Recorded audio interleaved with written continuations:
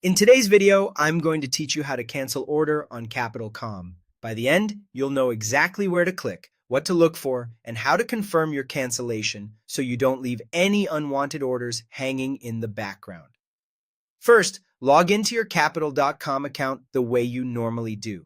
Once you're on the main trading interface, look for the portfolio option in the platform menu. This is your hub for everything you currently have set up, and it's the quickest path to seeing what's active and what's pending.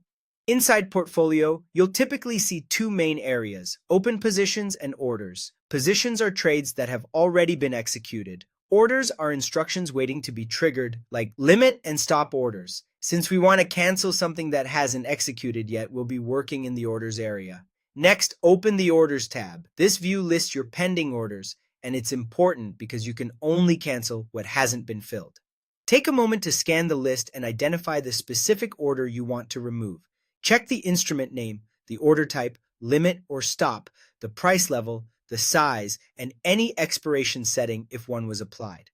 If you're not seeing the order you expect, make sure you're in orders rather than positions and refresh the page or reopen the tab to update the list.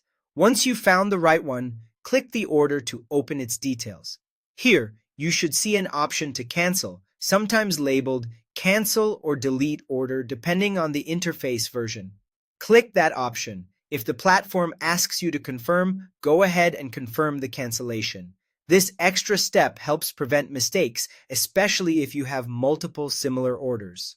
After confirming, the order should immediately disappear from the Orders tab, indicating it's no longer pending.